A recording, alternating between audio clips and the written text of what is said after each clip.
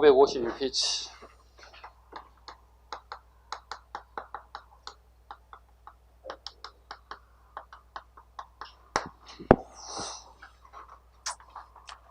한국사 연구부터 가겠습니다. 첫 번째, 박은식 보겠습니다. 박은식. 첫 번째, 한국통사. 한국통사. 한국통사는 보통 우리 통사하면 두 가지가 있죠. 그죠? A부터 Z까지 얘기하는 경우가 보통이에요. 보통 이게 이제 고조선부터 뭐 고려 말까지 이렇게 하는 게 이제 보통 일반적인 통사를 얘기하는 거고요. 여기서 말하는 통상은요, 예를 들면 A부터 C까지 어느 특정 부분이에요. 특정 부분에 고통스러운 부분, 아픈 부분만 적겠다는 거거든.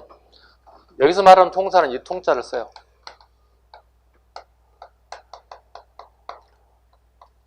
이 통자를 써요. 고통스러울 통자를 써요. 그래서 약간 한자가 달라요. 지금 박은식의 한국통사는 이 부분에 해당돼요. 어느 특정 부분이야. 우리 독립운동사의 힘든 부분을 얘기하는 걸 얘기하고 있어요. 자, 살펴볼게요. 한국통사. 신이 존재하여 불멸하면 형은 때맞춰 부활한다. 거기에 형자의 동그라미 치면 될 것 같아요. 형의 동그라미 쳐봐요. 형. 신이 존재하여 불멸하면 형이 때맞춰 부활한다. 이걸 좀 해석할 필요가 있겠죠. 한국통사에 서문에 나오는 거거든요. 너무 시험에 많이 나오는 거기도 해요. 이게 박은식 한국통사.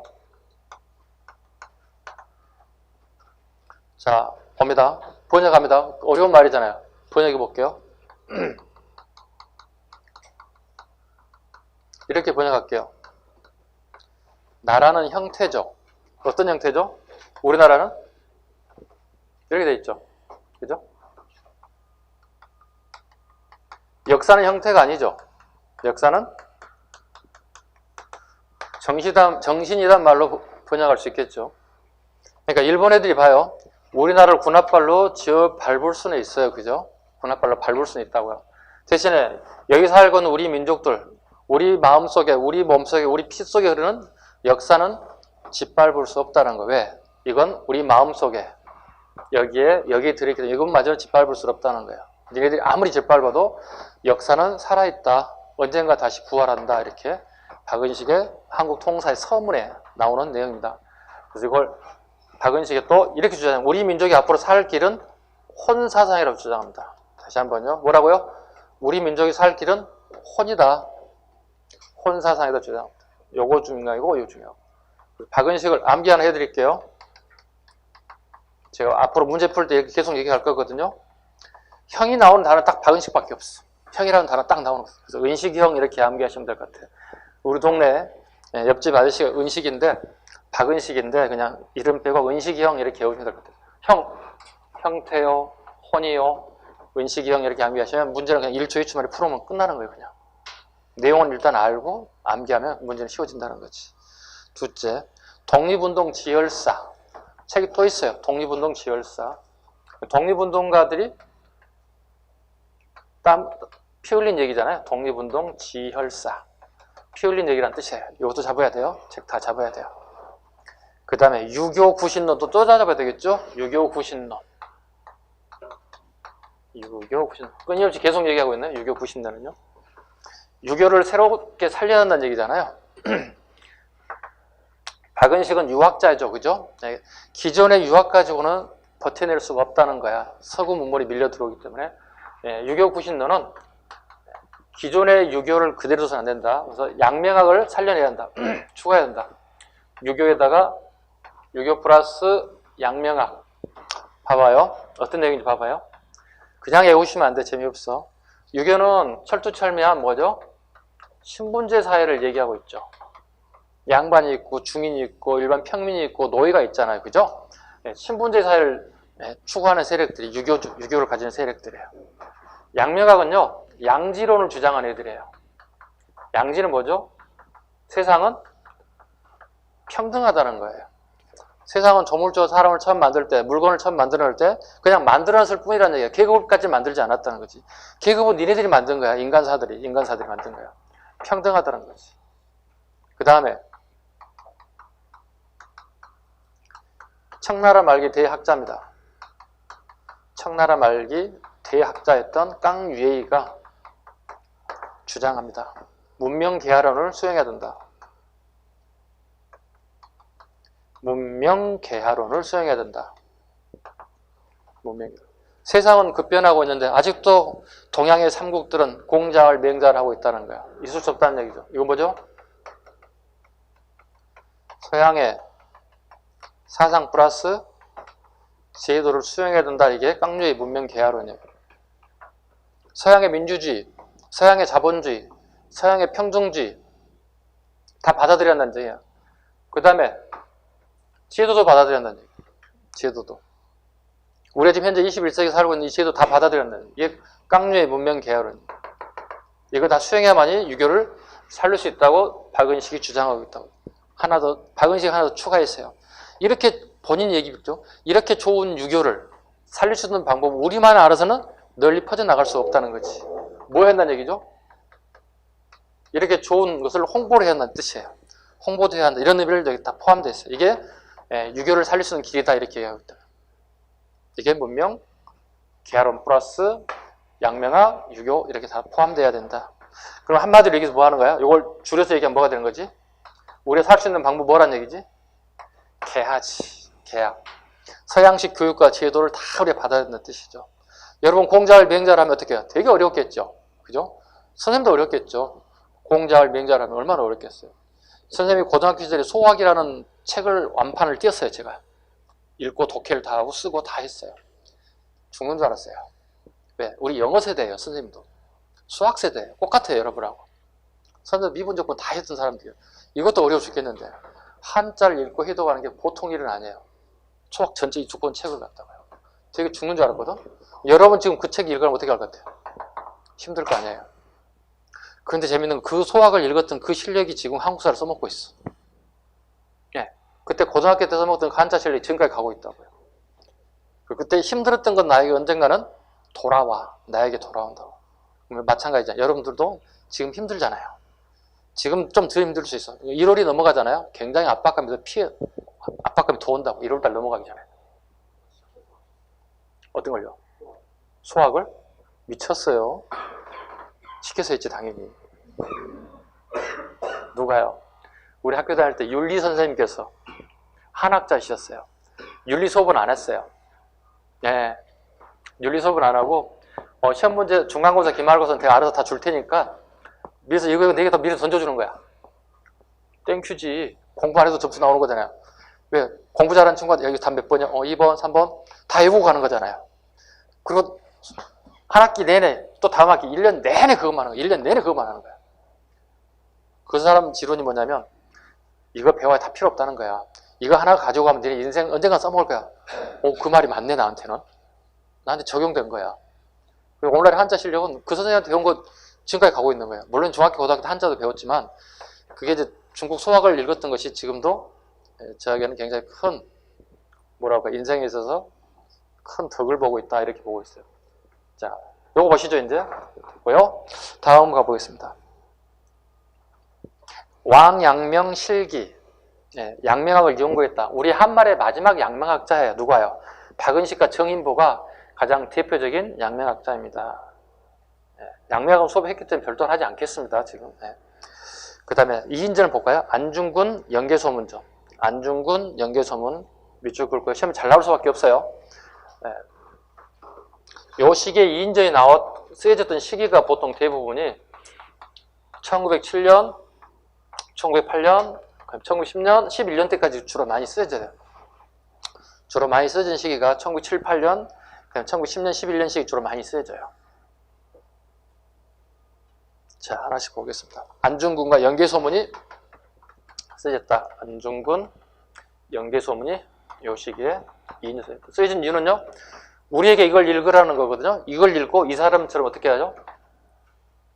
배우라는 거지. 이 사람들의 열정을 배워달라. 이 사람들의 삶을 살아달라. 이런 뜻입니다. 그런 의미를 만들었다.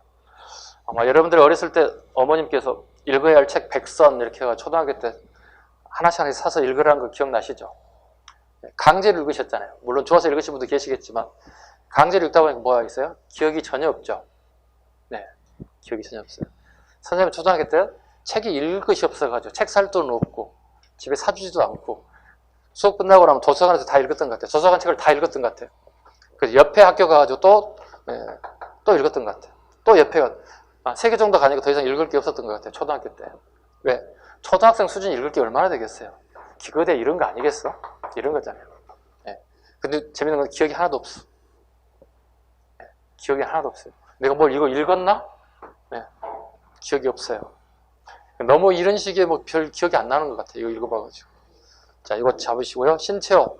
별표 5개짜리죠, 이분은. 네. 신채호 선생님 굉장히 대단하신 분이죠. 네.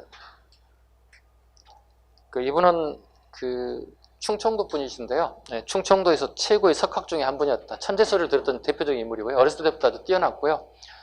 그리고 성균관에 입학해서도 우수한 성적을 거뒀고 마지막에 한 해만 더 하면 박사를 받고 성균관의 교수 노릇을 할 수 있는 이치까지 갔어요. 그런데 신채호 선생님이 마지막 1년을 박차고 뛰쳐나와요. 그 이유는 내가 교수를 하면 뭐 하겠냐는 얘기지. 나라가 망했는데 그래서 나라에 헌신하겠다고 뛰쳐나와요. 안락한 자리를 차버리고 나온 인사가 대표 인사가 신채호 선생이에요. 그러고 난 다음에 이제 고행길이 시작되는 거예요. 왜? 일단 나오면 먹고 살아야 되잖아요. 결혼도 했어요. 처자식을 간수해야 돼요. 그럼 경제적인 부분이 도움이 돼야 되는데 전혀 도움되는 게 없다는 거예요. 백수가 됐다는 거예요. 그리고 어떻게 가끔 신문사에서 야, 이 글 좀 써줘봐. 그러면 어떻게 그 글 써주고 원고료 받아서 생활을 했던 그런 시기예요.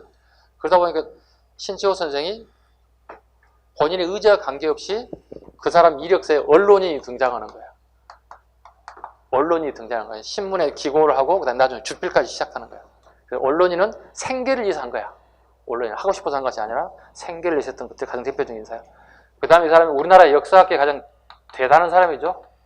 역사학의 대가가 된 거죠. 이 사람 때문에 우리나라의 고대사가 다 살아났어요.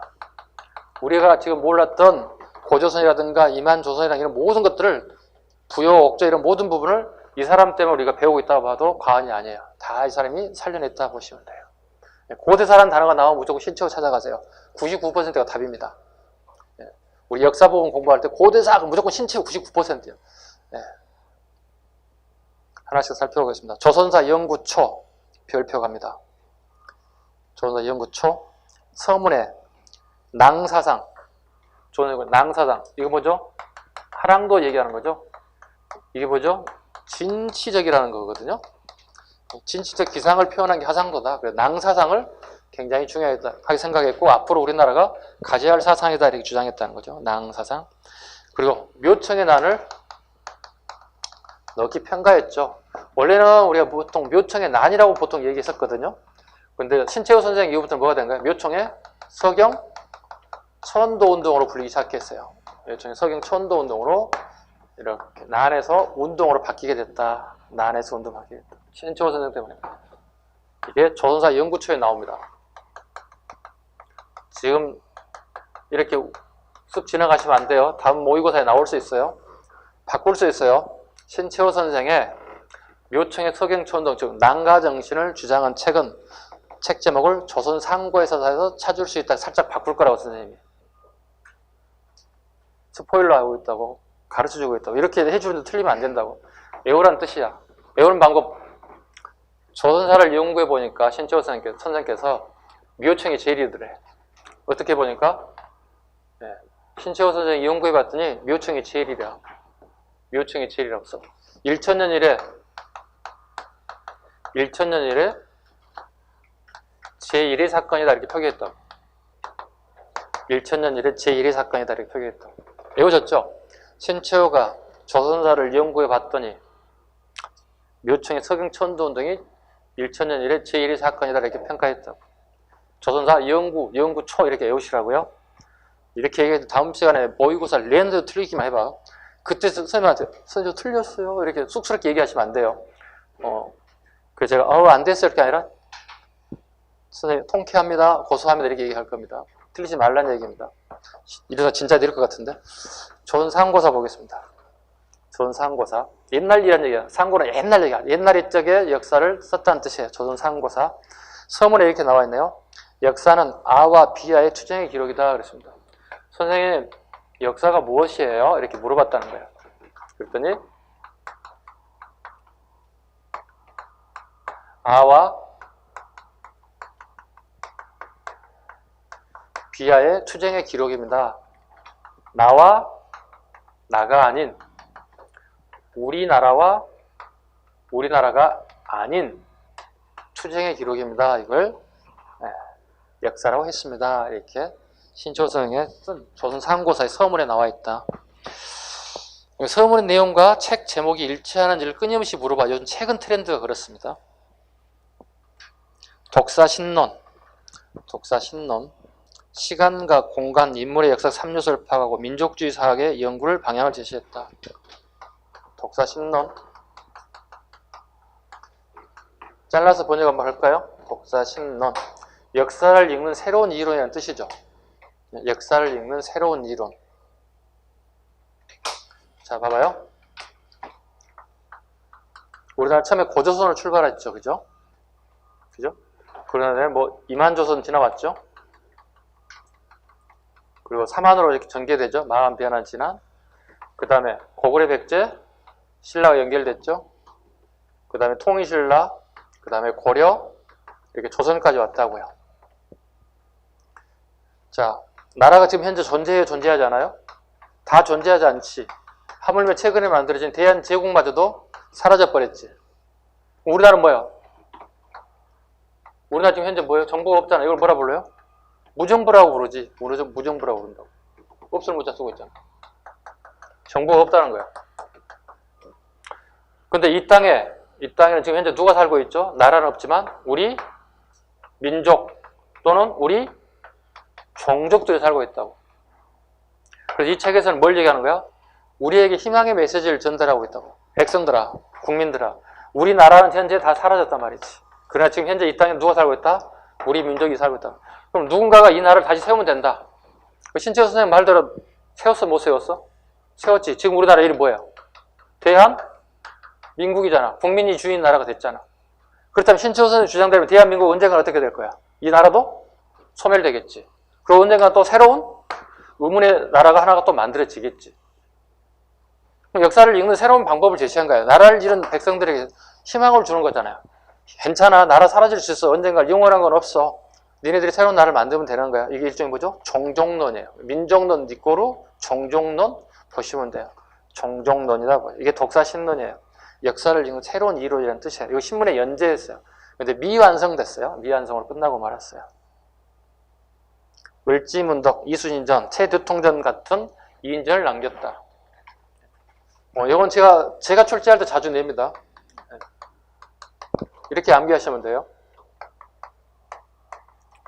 신채호를 이을 사람은 최영장군밖에 없다. 최도통전은 최영장군 의미예요. 자, 신채호는 아실 거고, 신채호를 이을 사람 이수신 장군, 을지문덕. 외워졌죠? 하나, 둘, 세 개 다 외워졌죠? 이렇게 암기하세요. 그래 시험장 가서 헷갈림이 없어요. 신채호를 이을 사람은 최영장군밖에 없지요. 신채호를 이을 사람은 최영장군밖에 없지요. 이렇게. 그럼 나머지는 어떻게 가면 되는 거야? 여기 안중과 연계서 문제는 박은시로 가면 되는 거야. 이건 안 외워도 되는 거야. 자기가 외울 수 있는 것만 하나만 외우면 된다고. 객관식이기 때문에. 그죠? 자, 그 다음에 추가 하나 할게요. 추가 하나 해볼게요. 강감찬이 빠졌죠, 지금. 강감찬은 두 가지 내용을 잡아드릴게요. 첫째, 우기선. 우기선이라는 분이 책이 편찬됐어요.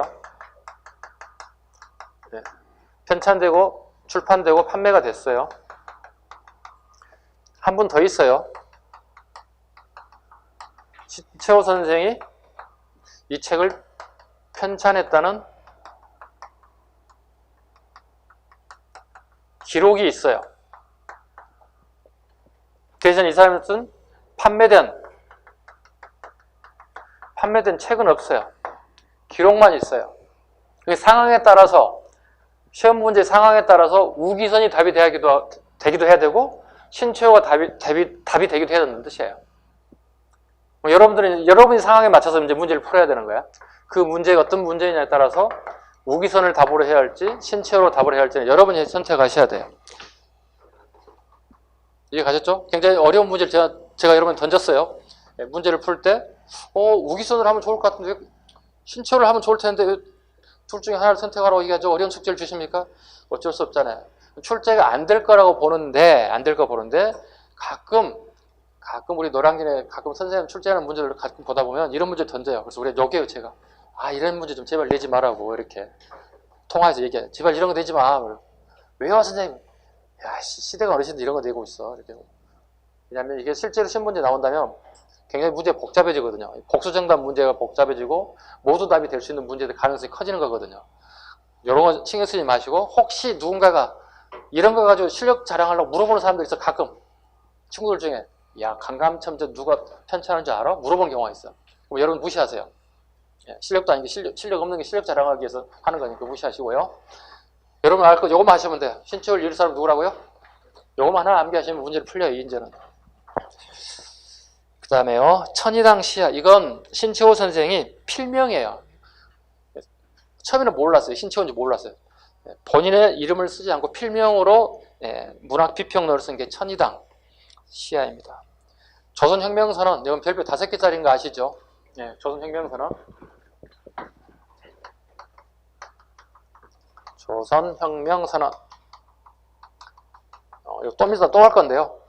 정확하게 1923년 1월 1일 날 이 명문의 글을 써서 의열단장이었던 김원봉에게 죽습니다. 의열단장이었던 김원봉에게 글을 줍니다. 조선혁명선언 내용.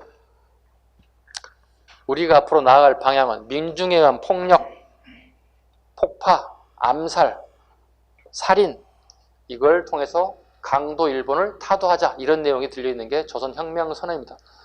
굉장히 중요한 지문이기도 하고 매년 나오기도 하고 있습니다. 정인복, 조선사 영구, 정신, 을이 죽으면 민족 역사도 죽습니다. 5천년간 조선 을을 계제해서 을만 동그라미 칩니다. 정인보의 을, 정인보도 마지막 양명학자예요. 한 말에 한 페이지 더. 신채호 선생의 민족주의 사관을 개성 발전했다. 그리고 고대사 연구에 힘을 바쳤다. 양명학과 실학 연구, 양명학 연론 등을 편찬하였다.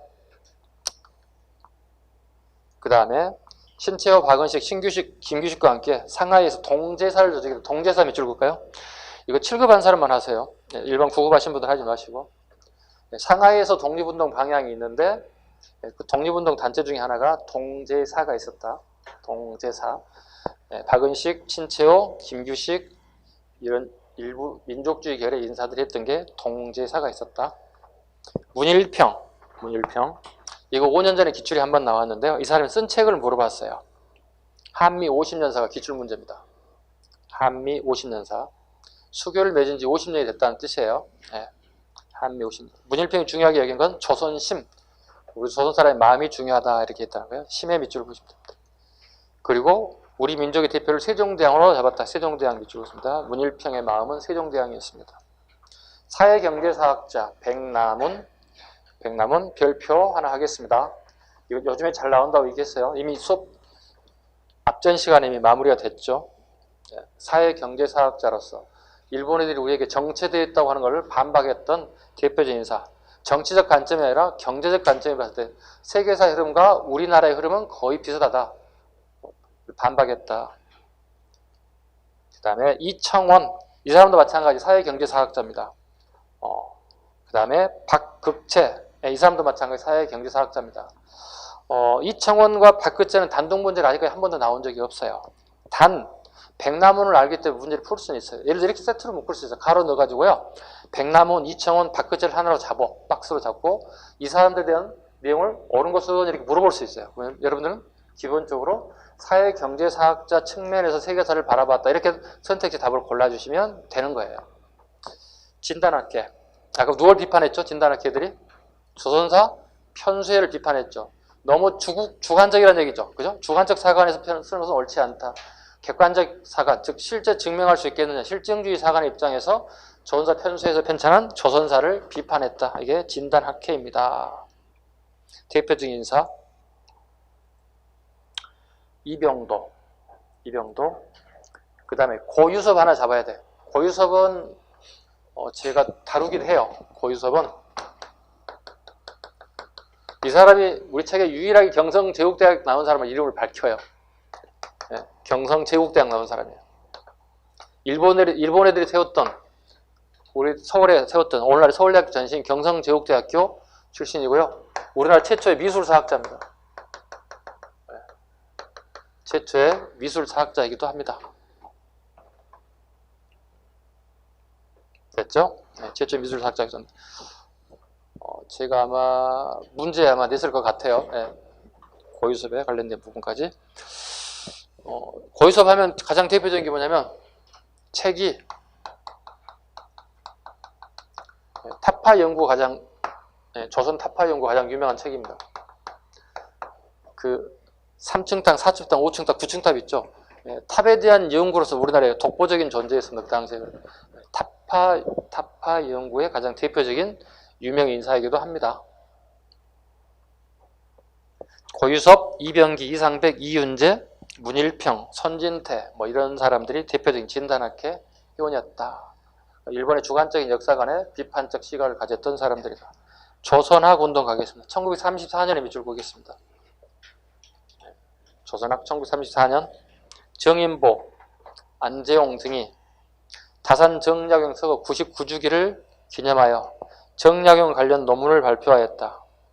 36년 이후에는 진보적 민족주의 역사가의 역사 연구가 이론적으로 심화되고 학습적으로 구체화되었다. 이는 민족적 특수성에 출발하여 세계 보편성과 합일되는 이른바 민족 국제주의, 국제민족주의를 지향한다는 의미를 가지고 있습니다. 오른쪽 갑니다. 처음으로 실학이라는 용어를 사용했다. 실학임에 줄였습니다. 우리가 보통 18세기 정약용 같은 사람들을 우리가 보통 실학자 이렇게 배우시잖아요. 중농학파, 중상학파 배우잖아요. 처음으로 이네들에 의해서 실학이라는 용어가 처음 사용되었다. 그리고 여유당 전설을 간행했다. 여유당 전설이 줄고 있습니다. 정약용, 다산 정약용이 썼던 책들 전부 다 모아서 정리한 책입니다. 여유당 전설을. 여유당 전설 정약용 쓴 책은 아니라는 사실을 알 수 있겠죠. 조선학 운동하는 이 회원들에서 만들어진 책이라 보시면 되겠습니다. 한 페이지 넘깁니다. 554쪽 각종 편찬사서 보겠습니다. 자, 대한개년사 1905년 정교가 썼고 고종 이후의 근대사다. 이거 7급하는 사람만 하세요. 네. 9급하는 사람 하지 마시고요. 대한개년사를 준다면 시대를 물어볼 거거든요. 1905년 시기입니다. 답을 물어본다. 을사늑약 답해 주시면 돼요. 시대를 물어보니까 살짝 적어. 9급하는 사람은 적어. 선생님 저도 7급 볼 수 있어요. 자존심 상해요. 이렇게 하지 마시고 적으세요. 네. 대한개년사 쓴 책 시기를 물어본 다음에 을사늑약 선택지 고르시면 돼요. 기타 사서 갑니다. 매천야록 누구예요? 황현. 매천야록 뭘 기록했죠?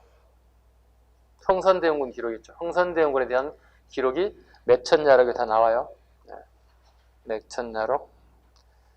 황현 선생이 쓴 책 하나 제가 한번 설명해 준 거 하나 더 있죠. 기억나세요? 오동나무 밑에서 동학을 보고 기록했다. 네. 처음 오신 분 뒤에 계시니까 제가 설명드릴게요. 오화기문 적어놓습니다. 황현 선생이 쓴 책 제목 하나 더 있습니다. 오화기문.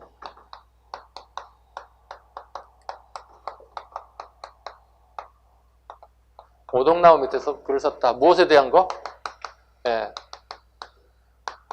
유학자잖아요. 유생의 입장에서 보는 동학이야. 유생의 입장에서 보는 동학은 평등을 주장하고 있죠. 그죠? 평등 주장하고 있잖아. 유생 입장을 보자. 아까 유생을 아까 뭐라고 했죠? 유학자들은 신분제를 가지고 사는 애들이잖아요. 부정적이어서 긍정적이어서 평등하게 살자고 얘기하고 있잖아요. 동학애들이.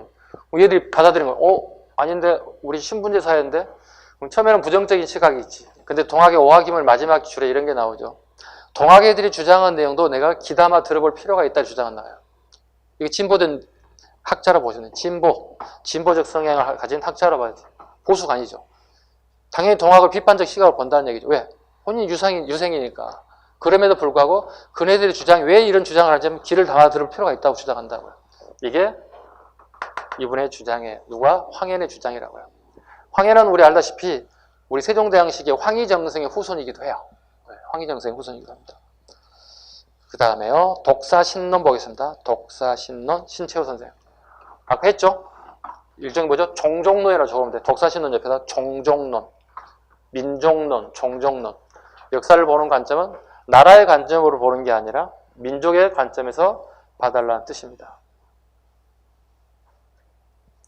그 다음에요. 유년필독 보겠습니다. 유년필독. 현체입니다. 현체. 그 1907년으로 좀 수정할까요? 1905년이 아니라 1907년으로. 유년필독 1907년으로 좀 수정 좀 해주시기 바랍니다. 어린아이들이 읽어야 할 꼭 필독서예요. 어린아이들이 읽어야 할 역사책이라는 뜻이에요. 유년이니까 어린아이들이 읽어야 할 역사책이다. 유년필독. 그리고 정약용이 늦게 평가한 게 아니라 정약용을 늦게 평가. 예, 이 자를 을로 바꿔줘야 돼. 정약용을 늦게 평가했다. 됐죠? 그리고 정약용뿐만 아니라 유년필독에는 우리 역사책이거든. 어린아이들을 읽은 역사책이 여기 추가해봐. 여기다. 정약용 플러스 옆에다가 을지문독 적어. 을지문독도 굉장히 늦게 평가하고 있어요. 유년필독에서. 그 다음에 이수신 장군. 이수신도 추가. 그 다음에 양만춘도 추가해봐. 양만춘 장군. 안시성이라는 영화 보셨죠? 이거 명절 때 한 번 더 봤는데 선생님은 극장에서 봤더니 이번에 한 번 더 봤어. 양만춘 장군도 여기에 들어가 있어요. 이런 분들이 굉장히 늦게 평가받았다. 왜? 현재 유년필독에 방금 어린아이들이 지금처럼 이런 거 공부하면 굉장히 딱딱하고 힘들잖아요. 어린아이들이. 야, 을지문독, 이순신, 양만춘 얘기하면 재밌잖아.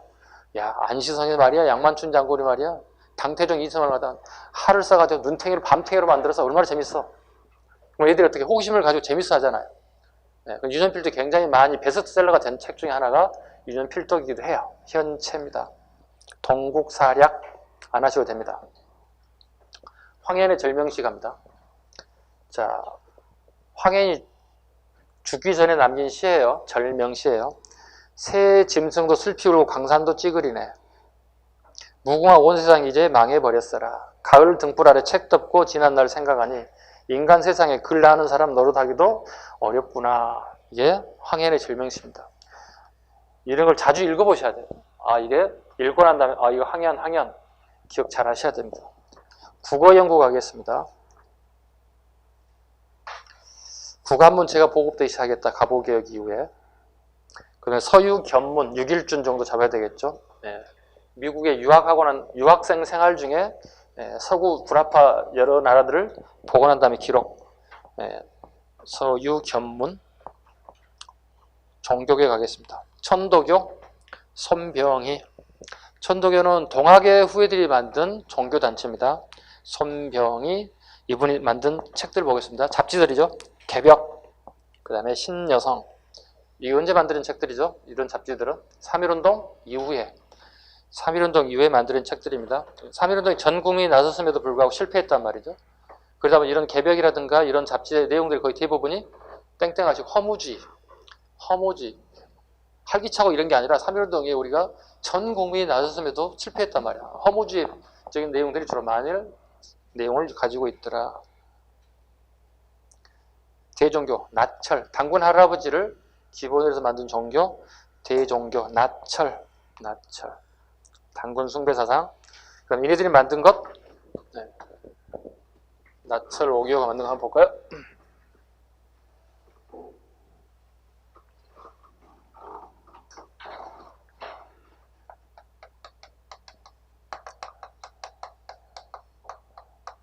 나철과 오기호 등이 대종교를 창시하죠. 이건 단군 할아버지를 모신 애들이에요. 여러분 시험장 가면 천도교하고 계속 헷갈려 할 건데요. 이렇게 외우시면 돼요. 대단한 사람들이죠.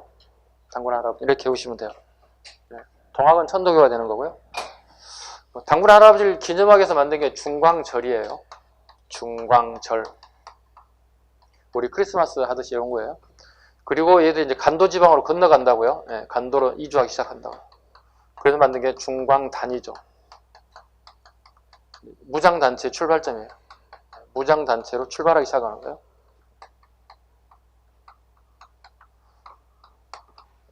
그리고 난 다음에 만든 게 북노군 정서군이에요. 이게 이제 김자진 장군이에요. 네. 1920년 김자진 장군의 이제 북노군 정서군들이 나타나요. 이렇게 출발했다 보시면 될 것 같고요. 불교가죠. 한용운 일제 사찰령 제정에 대해서 한용운 등이 민족 불교의 정통을 지키기 위해 노력하였습니다. 조선 불교 유신론을 통해서 미신적 요소를 배격하는 운동을 펼쳤습니다. 일종의 조선 불교 유신론만 밑줄 보면 되겠죠. 한용운의